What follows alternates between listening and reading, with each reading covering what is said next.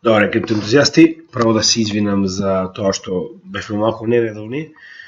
Знаете и сами кога нешто е направено добронамерно и направено бесплатно, за жал не може секогаш да биде толку редовно, но како и да е, нели, како и секогаш овдека сме да направиме што можеме повеќе образование за целата наша заедница, така да и во ова емисија, во ова видео ќе направиме, да речем, едно едукационо видео за Wyckoff акумулацијата, со тоа што Wyckoff самиот по себе е уствари економист кој што живее, како што можеме да видиме во 1873 до 1934 година, така да многу пред нашето време, и уште тогаш успеал да свати како се движи целата економија и како во позадина стојат големи играчи кои што истата ја манипулираат за наштета на помалите играчи и на тој начин фактички се остануваат на она ниво кое што се, односно богати.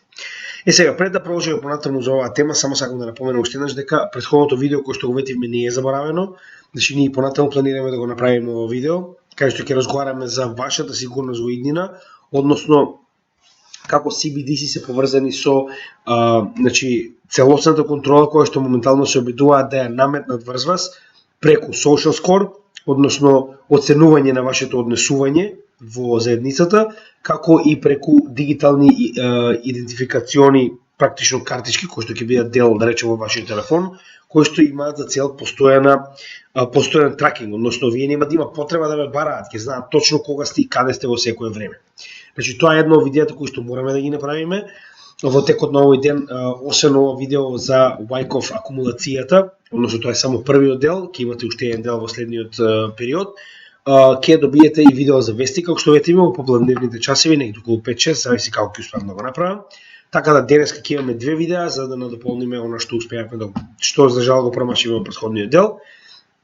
Поживате во денешниот материјал, посебно со оглед на фактот дека ова е едно од можеби најдобрите едукациони материи кои што можеме да ви ги дадеме, затоа што на вистина, значи овој човек уште во овој период успеал да разбере како е манипулиран пазарот. Замислете во тоа време, а денес со толку напредна технологија, колку само повеќе е манипулиран самиот пазар, така да не, тоа ќе ви стане јасно во текот на нашето излагање. Како и да е, основата е дека овој господин Ричард Wyckoff уште во тоа време разбрал дека многу често се случува пазарот кога највеќе очекувате да се движи нагоре, да отиде во сосем обратна насока и обратно кога очекувате да оди надоле, да отиде во сосем обратна насока, што очигледно го довело до заклучок дека има нешто повеќе во она што моментално се случува на целата економска сцена и истиот почнал да го наблюдува, значи зборуваме декади наблюдување на пазарот, со цел да утврди значи од каде потекнува целата оваа манипулација, односно кој ја прави, со каква цел и како може да се заштитиме од истата. Сега. Она што тој го направил во денешно време се уште се применува, со тоа што он направил една целосна не само теорија, туку успеа тоа и да го докаже со самите пазари, со тоа што не е само значи шемите на акумулација и дистрибуција, туку имаме и многу дополнителни да речем методи кои што се користат заедно со овие основни 4 шеми кои што ги развил, со цел да може поедноставно да развиете како да кажам, значи идејата на Wyckoff секогаш била да знаете во кој дел од циклусот на движење на еден пазар сте. Со тоа што он да речеме живеел во време кога постоеле само во случајов хартија од вредност, додека денес имаме нели криптовалути и слично. Сега како и да е, идејата е како што кажам уште еднаш. Значи он секогаш прва работа што му била е да успее да направи мапа во која што ќе може да утврдиме во кој дел од самиот циклус се наоѓаме. Со тоа што истиот поставил некои основни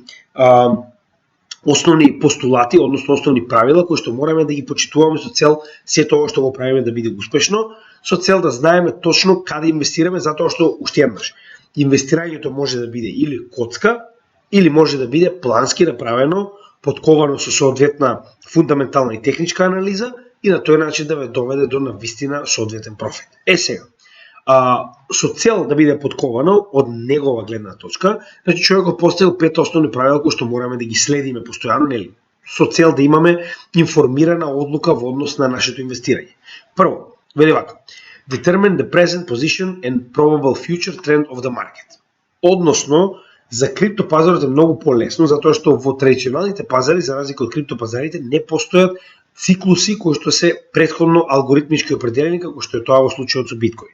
Така да поради оваа причина за нас е многу поедноставно да ги утврдиме овие циклуси кога веќе фиксно знаеме дека на секои 4 години добиваме халвинг, кој што ја намалува инфлацијата на биткоин и автоматски со тоа така речено прави кикстарт на самиот следен бул маркет. Сега, тоа е првата ситуација која што ние мораме да знаеме точно во кој циклус се наоѓаме. Тоа многу јасно може да го видиме од грешките кои што луѓето ги прават кога инвестираат во самиот врв на циклусот, а додека кога се наоѓаме на самото дно како сега никој не е заинтересиран дури ни да слушне. Јас се извинувам, но техничарот сака да стапи на сцена. Добро. Опозиција, одлично. Следно. Велевака, select stocks in harmony with the trend. Идејата е дека во традиционалните пазари не може само да одберете било каков тип на хартија од вредност, значи нормално самиот постојано наведува на тоа дека треба да најдете хартија од вредност кои што се својствени за таквиот тренд, односно кои што одат, да речеме, паралелно заедно со остатокот од маркетот, затоа што знаеме дека некогаш имаме и таков тип на хартија од вредност, зависи за каква компанија станува збор, која што не е, да речем, врзана за традиционалните циклуси во традиционалните пазари. Додека за разлика од тоа во криптопазарот е многу поедноставно затоа што знаеме дека кога имаме еден bull run, барем сега за сега, се уште немаме валути кои што се detached, односно кои што се одврзале од самиот биткоин циклус, односно поради тоа што станува збор за премногу мали валути, за разлика од маркет капот на биткоин, сите одат заедно со него во истиот тренд. Така да сега за сега воопште не можеме да се секираме за ова, понатаму кога можеби ќе дојде ситуација на флипенинг, како што е на пример ситуацијата во која што можеби Ethereum ќе има поголем маркет кап од биткоин, или decoupling, како што се нарекува.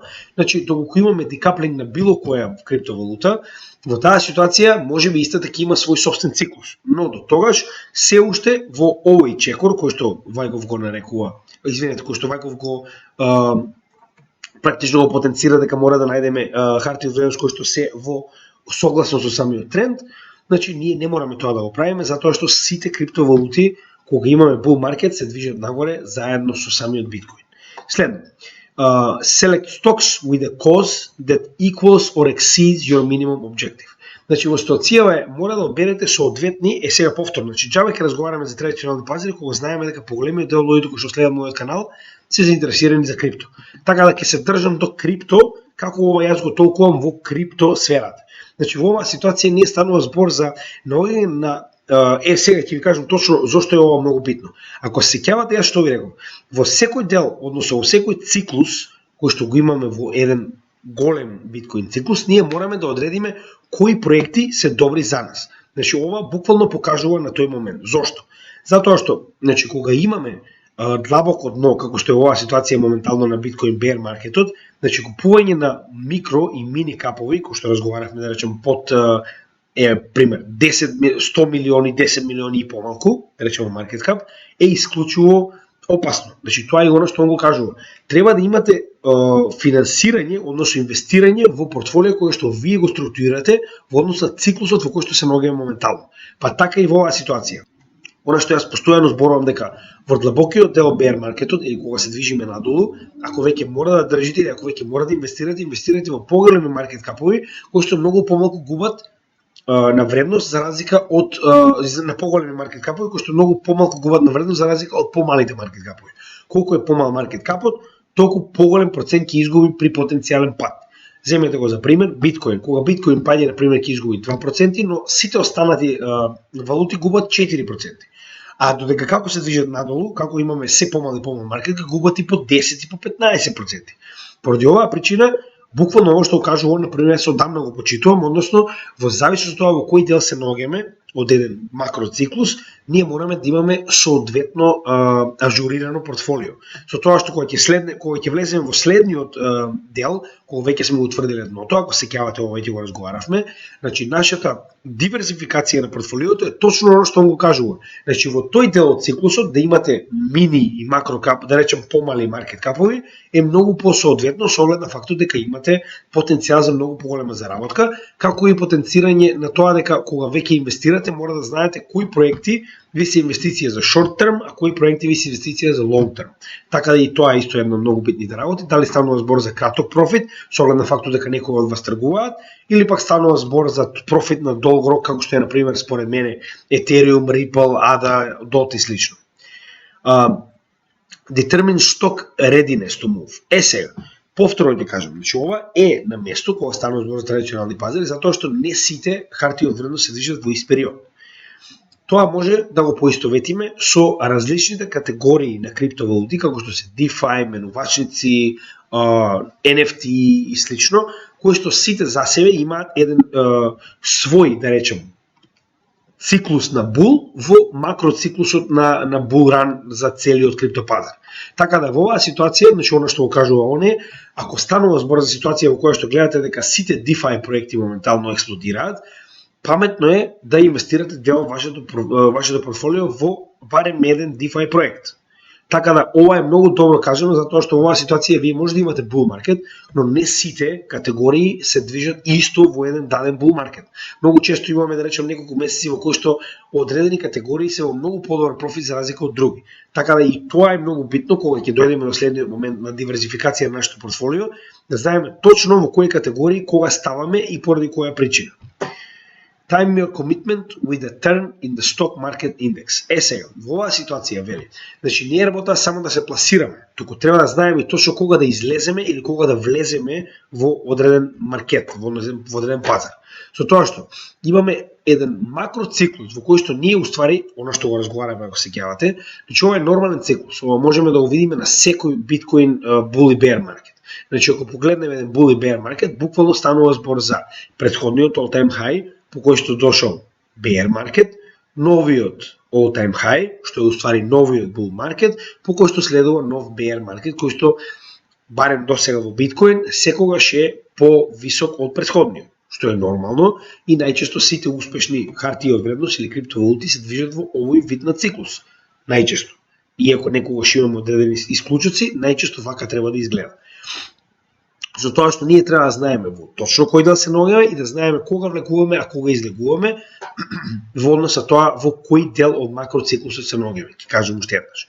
Сега, пред да продолжиме понатаму, да објасниме идејата од каде уствари добил, како да кажам, сознание за да дојде до вакви заклучоци. Значи, идејата на Wyckoff е дека многу би било едноставно ако ние, како трговци или инвеститори на пазарот, земеме или предпоставиме дека целиот остаток од пазарот ни представува компетиција со тоа што ни представува еден човек кој што го манипулира целиот пазар.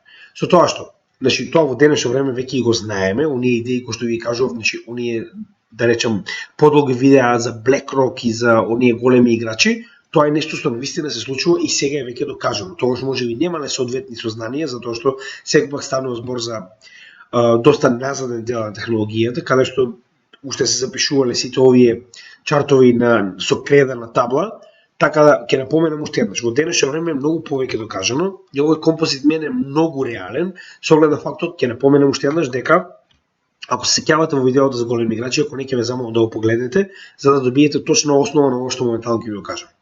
Тоа се луѓе кои што имаат многу подобри алатки од вас, кои што имаат многу поголеми тимови од вас, кои што постојано го следат пазарот за разлика од вас, кои што најчесто сме викенд играчи, имаат огромен капитал кој што вие го немате и истите со таквиот капитал може да го изманипулираат пазарот да се движи во која насока сакаат.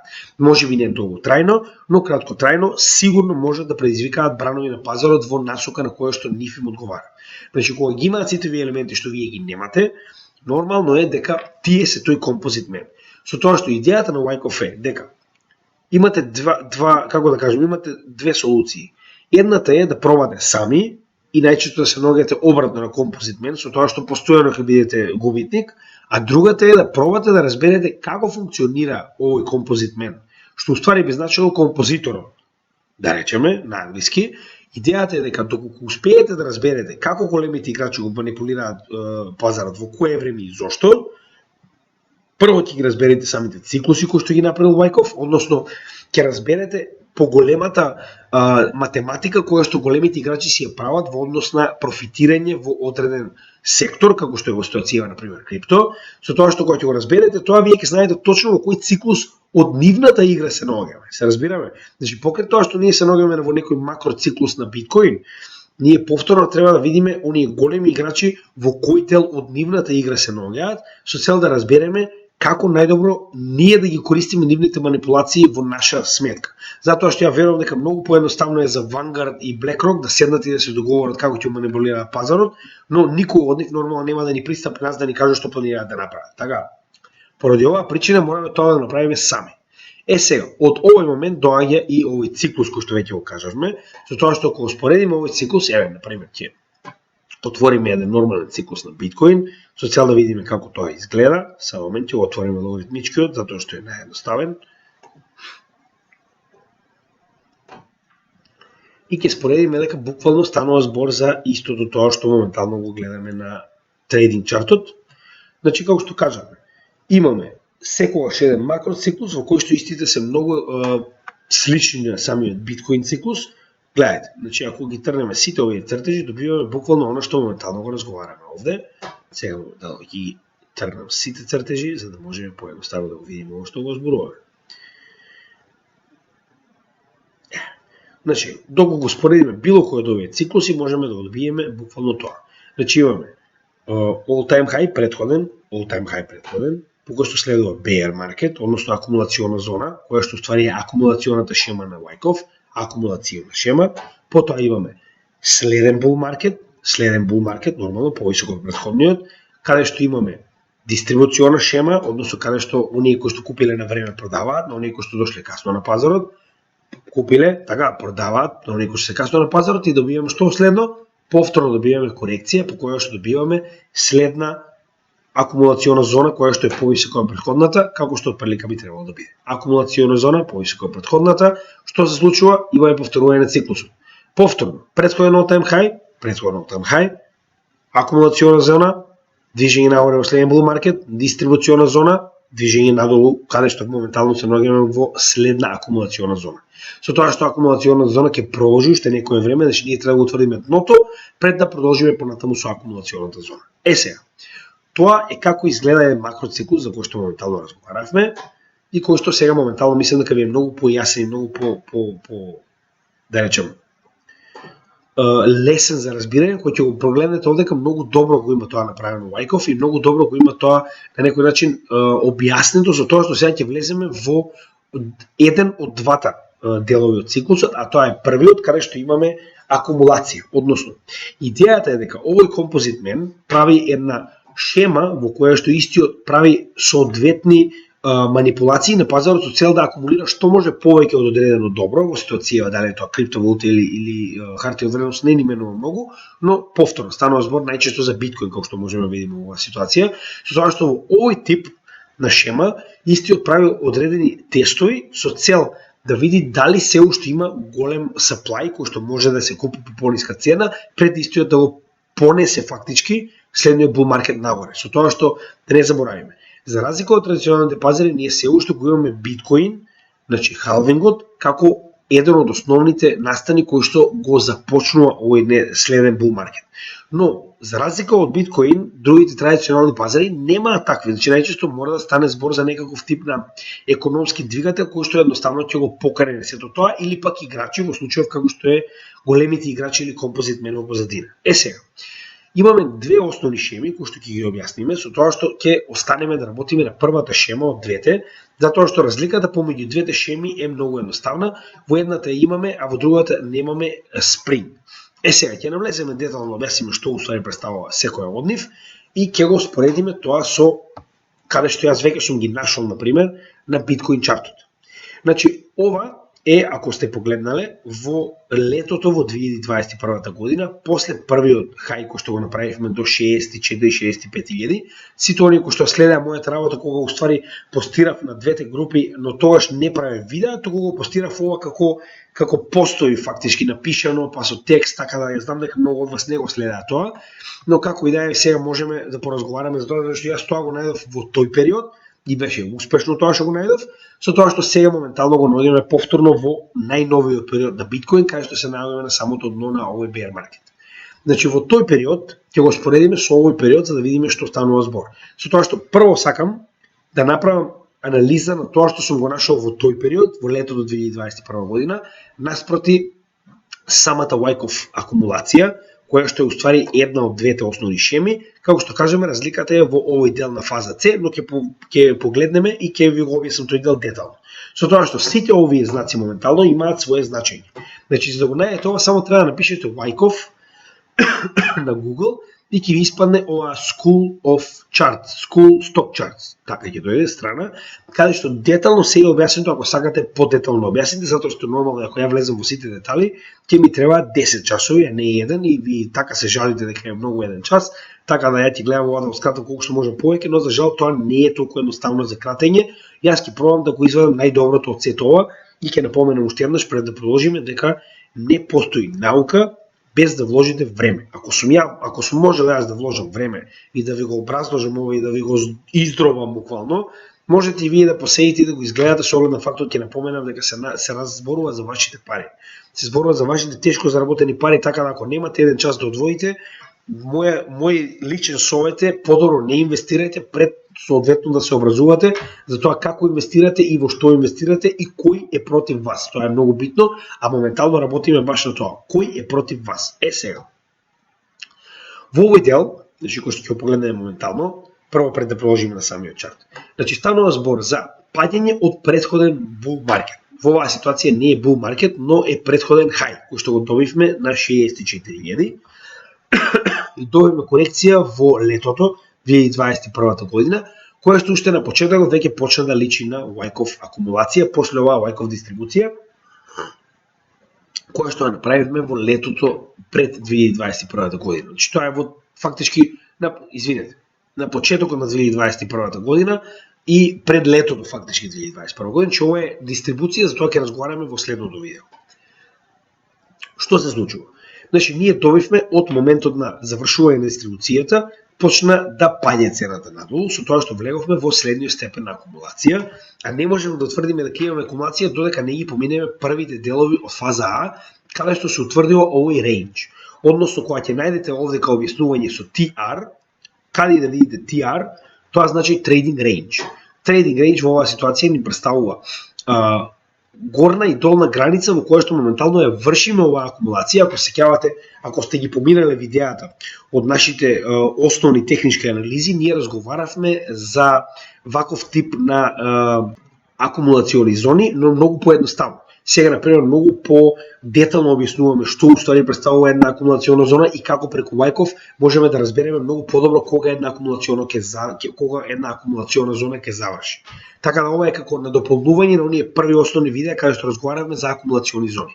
Односно, тогаш кажавме, се уште важат сите правила, дека помеѓу две паралели најчесто се случува да имаме ваков тип на акумулациона зона. Ако станува збор за Wyckoff акумулација, значи во 99,9% од случаите станува збор за ваков тип на акумулациона зона, каде што двете горни и долна граница се хоризонтални и паралелни една на друга. Со тоа што истите се определуваат со првите неколку точки уште во моментот кога почнуваме да го образуваме ова акумулационо поле. И да не забораваме, ова секогаш е предизвикано од соодветни играчи.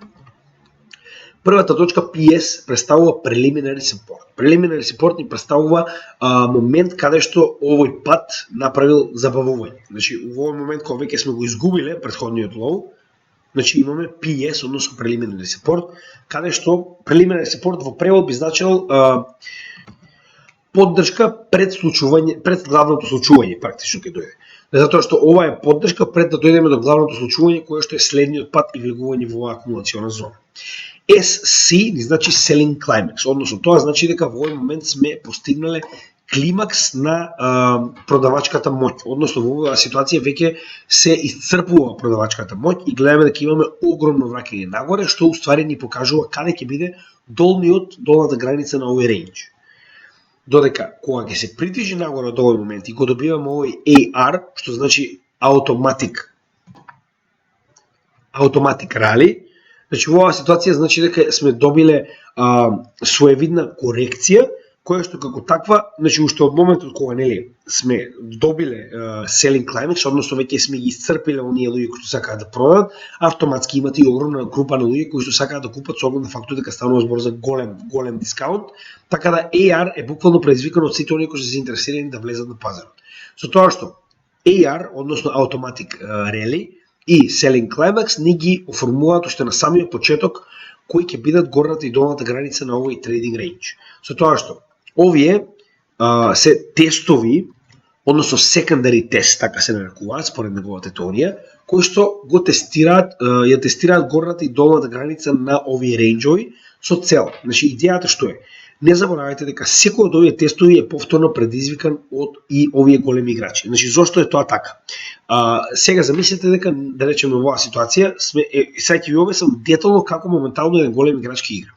Значи на 30.000, затоа што моментално овдека голем играч направил шорт позиција и искасапил се. Во оваа ситуација ја затвара шорт позицијата и на тој начин фактички имате обратна ситуација во која што истиот не само он, туку и многу други ќе купа. Кога ќе дојдете до автоматик рали, истиот ќе продаде. Така, повторно прави дамп на пазарот, најнаш имате повеќе биткоини, да речеме, на менувачница и повторно се случува истото. Повторно дамп. Така, значи во секој момент кога ќе се придвижи цената на долната граница на овој рели, така, на овој трейдинг рейндж, значи композитмен, односно големите играчи ја манипулираат цената постојано да се враќа надолу и да прави ритести на долната страна на овој трейдинг рейндж со цел да видат уште колку луѓе се спремни да продадат. Односно, во моментот кога ќе видат дека веќе нема ликвидност на пазарот, дека луѓето едноставно веќе не се спремни да продадат, односно останале само оние strong heads, diamond hands што се нарекува, значи во тој момент сваќаат дека веќе нема логика да го држат пазарот се уште во овој рейндж, поради тоа што нема луѓе кои што се спремни да продадат. И поради тоа, значи во секој момент кога ќе дојдеме во оваа ситуација, он што прави? Да речеме, купил еден биткоин овдека, така, и шортнал позицијата овдека го продал, добил 2. Овие два, така речем, значи вредност за 2 зборот, така ги изведил парите назад. Ги внесува повторно со тоа што цената оди нагоре, така. Во оваа ситуација повторно продава. Кога он ќе продаде, остануваат и другите да продадат, цената повторно паѓа надолу. Како цената паѓа надолу, така гледа колку од луѓето се спремни да продадат, односно колку од нив, значи ќе го предизвикаат овој пат навеќе надоле и надоле и надоле. И на тој начин го тестира постојано саплајот на биткоин на менувачниците и постојано знае дали има се уште луѓе кои што се спремни да продадат или не. Кога ќе дојде до незаинтересираност, кај што цената стагнира, иако се врши притисок да падне надолу, а композитмен, односно оние големи играчи тоа може многу лесно да го направат, се што треба да продадат дел од големата залиха на ова добра, затоа што оваа акумулациона зона за нив представува ловиште. Значи они во секој момент кога цената ќе се приближи доле, ја купуваат. Затоа што за нив одговара ова е поволна цена, ова е најниска цена по која што они ќе го купуваат и понатаму ова добро. Со тоа што крајот буквално представува овој спринг, каде што прават еден буквален тест да видат дали е исцрпено комплетно потенцијалот по кој што луѓето биле спремни да продадат. Значи практично во овој последен страф на пазарот, каде што вие сме го пробиле претходниот трейдинг рейндж, оваа долна граница, многу од луѓето ќе продадат, верувајте ми, со оглед на фактот дека очекуваат дека пазарот ќе се придвижи комплетно надолу. Па тоа е она што постојано луѓето се прашуваат. Ја гледаат цената дека се придвижува надолу, дека излегла надвор од овој рейндж и они очекуваат дека тоа е тоа, крај. Ќе имаме конечна капитулација, тука ќе заврши се, можеби ќе оди до нула и они се спремни да продадат уште еднаш. Во тој момент они буквално ќе купуваат се што може да купат на пазарот и прават што? Обратно движење на пазарот, затоа што веќе се свесни дека нема луѓе кои што би продале, односно оние кои што остануваат се овде во long term. И поради тоа имаме спринг по кој што следува тест. Повторно, че веќе сме излегли од фаза Б. Фаза Б најчесто е проследена со многу секондари тест, каде што они буквално само го зголемуваат процентот од ова добро кое што го поседуваат во своето портфолио, со тоа што секогаш купуваат на долната граница, продаваат на горната и се повеќе и повеќе добиваат кога ќе се приближиме доле, затоа што имаат поголем капитал за да купат. Кога ќе го доживееме спрингот, односно кога ќе имаме ритест под долната граница, односно долната бариера на овој трейдинг рейндж, фактички имате последна капитулација во која што гледаат дали има доволна моќ, значи ова да продолжи надолу, доколку имаме соодветни продавачи, но поради тоа што на тој начин веќе они го исцрпиле тоа во претходните секондари тест, тогаш добиваме ситуација во која што купуваат се што е понудено, имаме ритест, чии ритест буквално ја тестира повторно овој секондари рейндж за последен пат, значи долната граница, и се придвижуваме нагоре, каде што веќе имаме, значи првенствено не значи дека веднаш ќе се придвижи до SOS, односно Sign of Strength, тоа е у фаза D, Некогаш може тоа да следи во повеќе чекори, во повеќе скалила, каде што имаме тест кој што треба повторно да тестира selling climax-от, па имаме придвижување нагоре, па LPS, односно less point of support, каде што во оваа ситуација имате последна точка на поддршка пред да се придвижи нагоре и да излезе надвор од овој трейдинг рейндж. Како што можеме да видиме, тоа е постојано, значи истото се случува. Спринг, она што моментално сме го нашли овдека, последниот обид за шейкаут на пазарот, каде што луѓето ќе се исплашат и ќе продадат многу затоа што гледаат дека паднале под рейнџот, и потоа имате ретест, LPS, односно less points of support, па имате SOS, тоа е уствари кога ќе дојдеме надвор од горната граница на овој трейдинг рейндж, која што рековме е воспоставено со automatic rally-то. И во оваа ситуација, значи тогаш сме добиле SOS, sign of strain, односно тоа покажува дека композит мен, значи ова е тој момент каде што големите играчи, односно композит мен, покажуваат дека се спремни да влезат во следниот дистрибутивен момент. Односно се спремни да ја бутнат цената што може погоре со цел да дојдат до следната дистрибуција, односно момент каде што истите се спремни да почнат да продаваат. Со тоа што, пак ќе кажам, значи овој LPS може да се најдат на неколку наврати пред да излеземе надвор од овој рейндж. Со тоа што ние сме имале ситуација во која што сме ретестирале овој рейндж претходно, но главната идеја е дека ако го споредиме ова што моментално сме го гледале во летото 2021 година, е буквална слика и прилика на првата шема на Wyckoff, каде што сме ги искористиле сите овие точки, значи гледате, ова буквално се случува како по дефиниција, значи ова не е измислено, гледате, буквално се случува постојано. И ако пробате да го примените ова, ќе може да го примените на многу места, без разлика дали станува збор за суровини, дали станува збор за обврзници, дали станува збор за криптовалути, хартија од вредност. Идејата е дека шемата е премногу добра, затоа што на овие големи играчи им дава шанси да купуваат постојано кога вие продавате и да продаваат точно кога вие купувате, со оглед на фактот дека вие во секој од овие моменти очекувате дека цената ќе тргне нагоре, и затоа купувате на самите врвови. Тоа е оно што Wyckoff го кажува постојано. Треба да знаете каде се наоѓате во овој дел од акумулација. Значи не само да купите поради тоа што мислите дека сме стасале до sign of strain. Тоа е идејата што постојано, ако ние го следиме овој композит мен, ќе имаме многу поголема предност пред останатите членови на пазарот. Тоа не викаме дека сега треба вие исклучиво да се земете со Wyckoff акумулација и дистрибуција и ништо друго да не следите. Но е уште едно оружје во нашиот арсенал кога се обидуваме да направиме соодветна техничка анализа, затоа што нам вистина помага. Сега, постои и втора шема на акумулација, која што е практично идентична на првата, со тоа што разликата е што во втората не постои спринг евент, односно некогаш може да се случи затоа што да не забораваме уште еднаш. Значи и овие големи играчи се свесни дека не може постојано да прават истото, затоа што нормално дека многу од луѓето нема да играат според нивните правила. Па затоа и они мораат да развијат различни шеми со цел кога луѓето ги чекаат спринг да се случи за да купат, буквално да го избегнат тој чекор и само наместо спринг да направат неколку поинти на less point of support и да излезат надвор од овој трейдинг рейндж. Така да, она што го разговаравме, Александар, ако се сеќавате, јас го направив неколку видеа кога ја споредив неговата теорија со првата и втората потенцијална шема на Wyckoff. Идејата негова беше дека можно е да имаме втора шема на Wyckoff, каде што нема да имаме спринг евент, односно федер би било во стоција преводот, со тоа што нели после ова буквално се движиме справа нагоре. И ја реков дека е тоа возможно, доколку не добиеме следна капитулација на пазарот, што и се случи, за жал, кога тоа го видовме сите, само да ги изгласам, за да можеме поедноставно да го видиме ова. Сега моментално ќе поразговараме за тоа каде се наоѓаме во моменталниот пазар и како повторно се случува истата оваа шема. Значи, овдека го завршивме тоа и објаснив.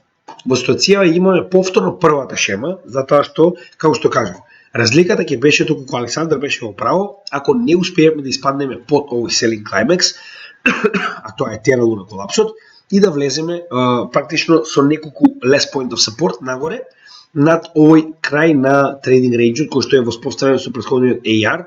Значи во оваа ситуација automatic rally би бил овде, но пологично е дека трейдинг рейнџот е започнат малку погоре за разлика од automatic rally-то, со оглед на фактот дека гледаме дека имаме, значи овој дел овдека е тоа што збунува и ова PS, односно preliminary support, повеќе ми изгледа дека овде ќе биде фактички онаа горна граница на трейдинг рейнџот, барем според моите проценки. Не значи дека секогаш треба точно да се следат сите правила, мора да ги прилагодувате на моменталната ситуација, како што кажав, и самите големи играчи се свесни дека и ние се едуцираме и ние учиме, така да и они мораат нели соодветно да ги променуваат правилата со цел да бидат постојано применливи.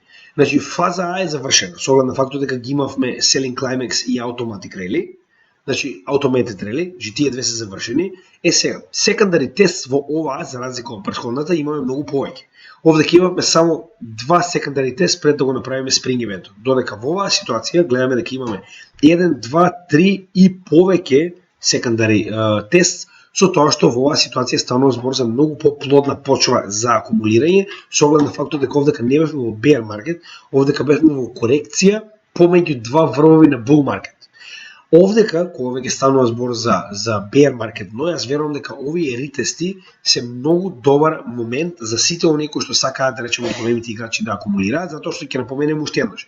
Ако сте купувале овдека, а сте продавале овдека, вие на секој од овие корекции сте правеле профит од, само да провериме прилика, 27%. Дури да не било до горе, да било до почетокот на овој трейдинг рейндж, така? Значи, имаме точно 22%.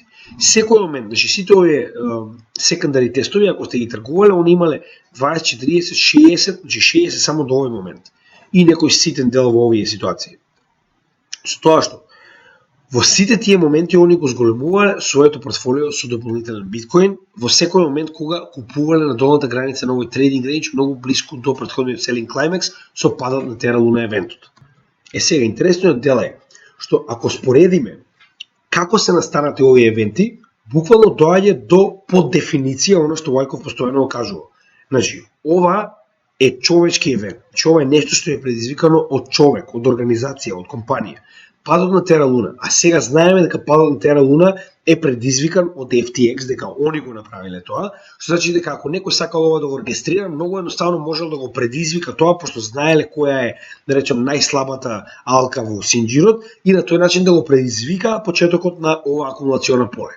Спрингот и тоа може би е предизвикано. Не можеме да знаеме со сигурност, но знаеме дека големите играчи знаат точно што прават. Со тоа што гледаме дека моментално падот на FTX се користи со цел да се направи и потенцијален напад на Binance.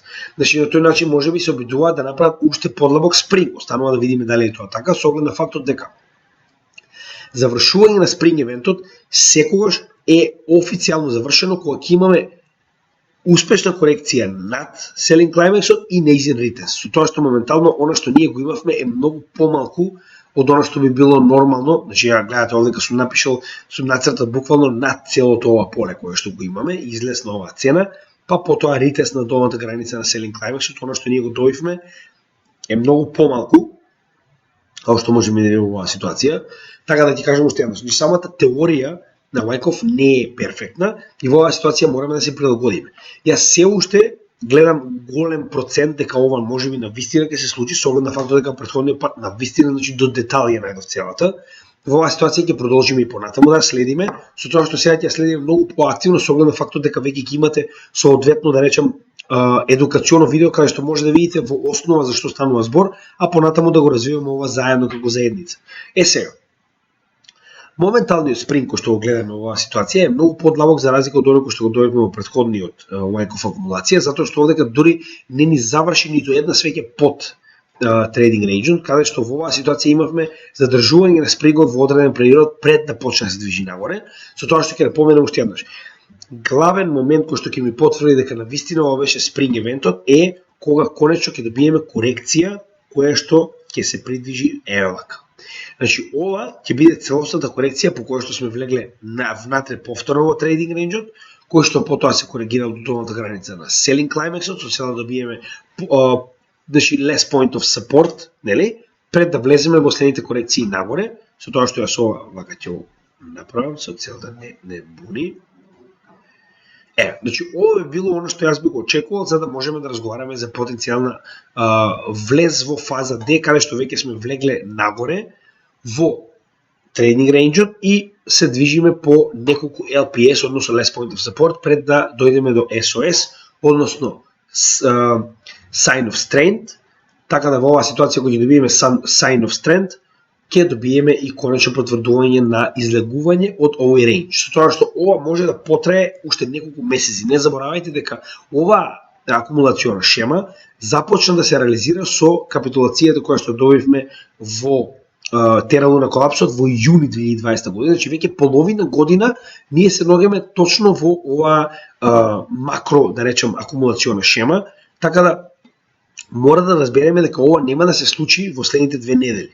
Ако ова е шемата која што моментално ја следиме, а нормално следиме и останати други индикатори, но ќе ја земеме исто и оваа шема во превид, со оглед на фактот дека изгледа дека досега буквално се што е запишано овдека може да го видите на оваа шема. Така да, ова ќе биде, како што кажавме, уште едно оружје во нашиот арсенал со цел да видиме што да очекуваме понатаму и да можеме да утврдиме во кој дел од целосниот циклус се наоѓаме. Со тоа што замислете колку по спремни би биле за следниот биткоин bear market, да речем во 2027-2028 година, 6-7 да речем прилика, кога би ги знаеле сите овие работи и би знаеле не само да определите дека се наоѓаме во bear market, туку своевидно да купувате фактички на секоја корекција на биткоин со правење на соодветен долар cost average, со тоа што дополнително знаете да ги премените сите оние индикатори кои што ги имаме со цел да утврдиме кога се наоѓаме блиску до самото дно, како што се bull market support band, како што се 4MA, како што се сите оние што до сега сме ги разговарале. Згоре на сето тоа знаете да определувате и напредни формации како што е Wyckoff акумулацијата, како што е да речам Elliott wave и слично. И на тој начин вие ќе знаете многу повеќе да се поставите многу подобро и дополнително на сето тоа ако успееме да развиеме и заедница која што да речем би се подсетувала еден со друг каде се наоѓаме, што е можно, што е во моментов да речем потенцијално дека е вистинито или дека се случува. Така да на тој начин имате многу голем арсенал за да бидете подготвени да следите циклуси кои што доаѓаат, затоа што ова ќе се случува секој 4 години. Така да, замислете колку поедуцирани би биле кога ова би го правеле како заедница во следните циклуси.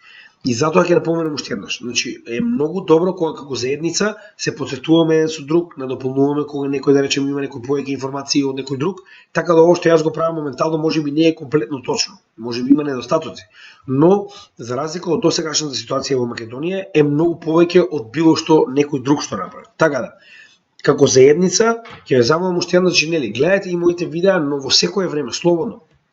Надополнувајте ме, потсеќајте ме ако нешто сум заборавил, ако нешто може би нешто направила, сакате да го видите, така да нели, тоа да биде без збор. Очекувам од сите што се да речем следбеници на мојот канал или дел од заедницата на Криптовалути Македонија. Со тоа што ќе напоменам уште еднаш, за да видиме дека навистина влегуваме во фаза D, очекувам прво да пробиеме во трейдинг рейнџот, да направиме ритест повторно на selling climax-от и да се движиме нагоре по LPS во следниот дел, односно надвор од трейдинг рейнџот со sign of strength моментот. На тој начин веќе ќе знаеме дека сме испаднале од овој трейдинг рейндж и дека можеме да очекуваме потенцијални повисоки следни нивоа за биткоин, со тоа што да не забораваме уште еднаш. Она што јас постојано го напоменувам, односно, оние моменти на стагнација, сега ќе се вратиме на неделно ниво со цел да ви го покажам тоа. Значи, оние моменти на стагнација, јас верувам дека ако седнеме сега да анализираме, ќе можеме да најдеме Wyckoff акумулација во секој од овие моменти. Значи, оние моменти на стагнација, ова е рейнџот, така, овие моменти на стагнација најчесто траат и со недели, но тоа не го менува фактот дека испаѓање од овој рейндж, испаѓање од овој Wyckoff акумулација може да не доведе до следниот bull market. Така да очекувајте дека, еве, чисто да ви покажам што станува збори во оваа ситуација. Значи, еве, имаме горна граница, горен рейндж. Значи, кажете дека може да најдете сегде. Ако влеземе сега, например, да го анализираме ова, ќе најдеме и овдека. Со тоа што разликата е дека овдека не е, и овде на почетокот сме имале фактички selling climax, иако ова би можело потенцијално да биде во ситуација АЕ самиот спринг, замислете колку време му требало после самиот спринг за конечно да излезе надвор од овој рейндж. Значи, еве, вака би било прилика тоа. Значи, она што моментално го разговараме, што можеме да го најдеме сегде, верувајте ми, значи, буквално, имаме горен или долен дел, затоа што овде ќе имаме AR, односно Automatic Rally, ова е Selling Climax-от, во кој што сме имале, значи, после самиот тоа сме имале, да речем, спринг, потоа сме имале во оваа ситуација овдека би било ретест, со тоа што понатаму се движиме во корекции со less point of support пред да излеземе во следниот момент каде што се влегуваме во следната дистрибутивна фаза. Значи можеме да го најдеме ова на многу места, верувајте ми. Со она што моментално се обидов да го направам е да ви покажам дека треба да бидеме свесни дека после ваквите формации некош може да траат и многу подолго од она што го очекуваме. Значи ево во оваа ситуација на пример, истата ситуација. Значи ако ова е капитулацијата, ова би било рейнџот, со тоа што во оваа ситуација после самата капитулација немаме спринг, туку имаме овие ретести и less point of support пред да влеземе во следниот. Значи ова е оприлика. Сега не нарогуваме да ги анализираме, но доколку треба да го анализираме тоа, значи многу поедноставно ќе ни биде да видиме дека ваков тип на акумулации со слични карактеристики на ваков акумулацијата можеме да најдеме сегде во секој макро елемент, во секој макро дел на биткоин движењата, со тоа што ќе напоменам уште еднаш дека ваквите движења, ваквите формации некогаш е потребно многу време да се реализираат и за тоа немој да брзате, че немој да очекувате дека тоа веднаш ќе заврши во ситуацијава, затоа што ако можеме да видиме она што моментално гледаме е многу помала формација за разлика од она која што би ја нашле на неделно ниво. Така да, на дневно ниво можеби оваа формација нема ни да биде почетокот на следниот цел bull market, туку можеби ќе биде само дел, односно да речем мини Wyckoff акумулација во некој дистрибуција која што нормално нема да биде следниот all time high, туку ќе биде можеби како што е овдека. Значи, она што гледавме, ако се сеќавате, сега да се вратиме само во овој момент. Значи, иако овдека имаме акумулација, значи дистрибуција не представува следниот all time high, туку дистрибуција ни представува овој неуспешен обид за bull market во средината на 2019 година. Пошто повторно сме граделе, да речем, следна акумулациона зона, чисто да ви покажам дека не секогаш тоа значи дека ќе имаме цели циклуси. Значи, ако ова бил падот, овдека би било selling climaxот, ова би било спрингот, овдека би бил, значи, практично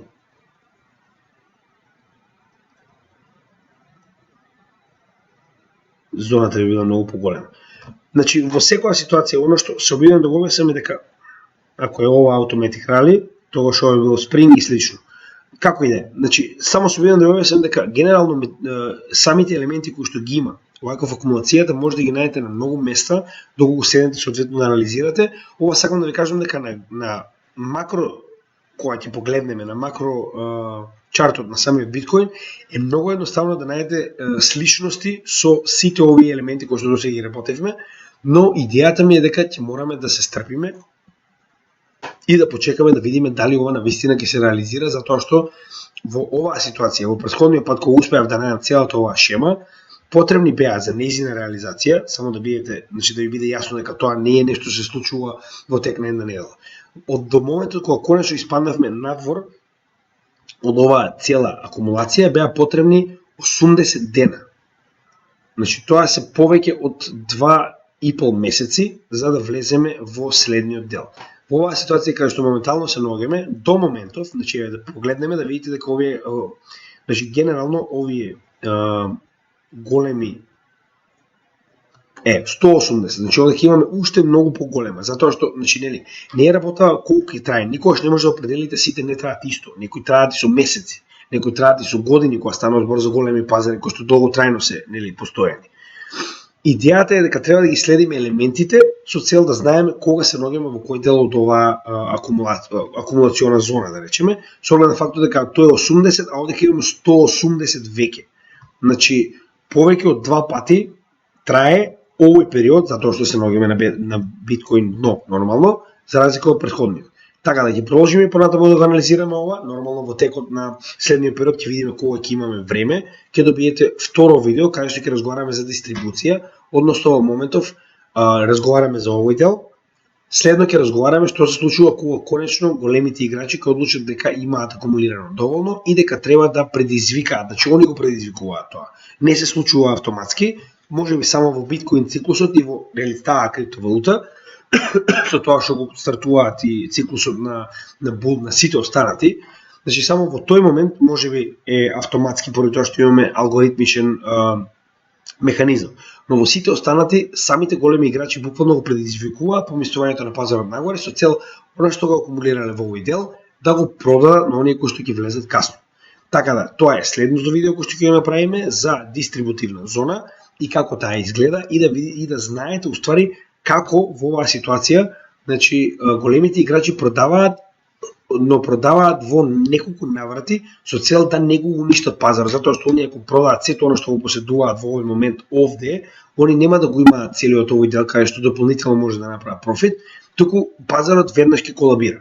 И на тој начин ќе го уништат и доброто кое што нема да може да го користи понатаму за ваков тип на акумулација и дистрибуција. Ќе го објасниме тоа во следното видео. Ова беше само првото каде што треба да научиме за тоа што се акумулационите зони и каков тип на акумулациони зони и шеми има. Така да се надевам дека ова ви се допадна.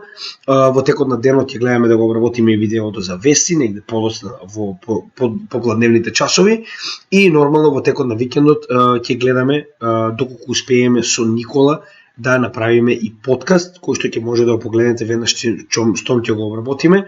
Така да ќе биде тоа нормално со шорт најавено, ќе ставиме и соодветен пинуван пост на Криптовалути Македонија и нормално од време на време погледнувајте и на нашиот канал или пак нашите социјални мрежи. Знаете и сами, во секое видео во дескрипцијата може да ги најдете и нашиот Facebook страна, исто така и нашиот Instagram профил, каде што постојано ги објавуваме нашите шорт видеа, во кои што најавуваме што може да очекувате во текот на денот или во текот на следните денови, со соодветни датуми нормално.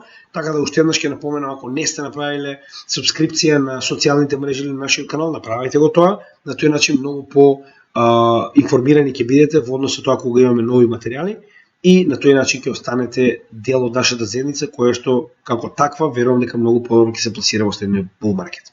Ви благодарам уште еднаш, имајте добар ден и се гледаме во следното ниво, во следното видео на Криптогимидија.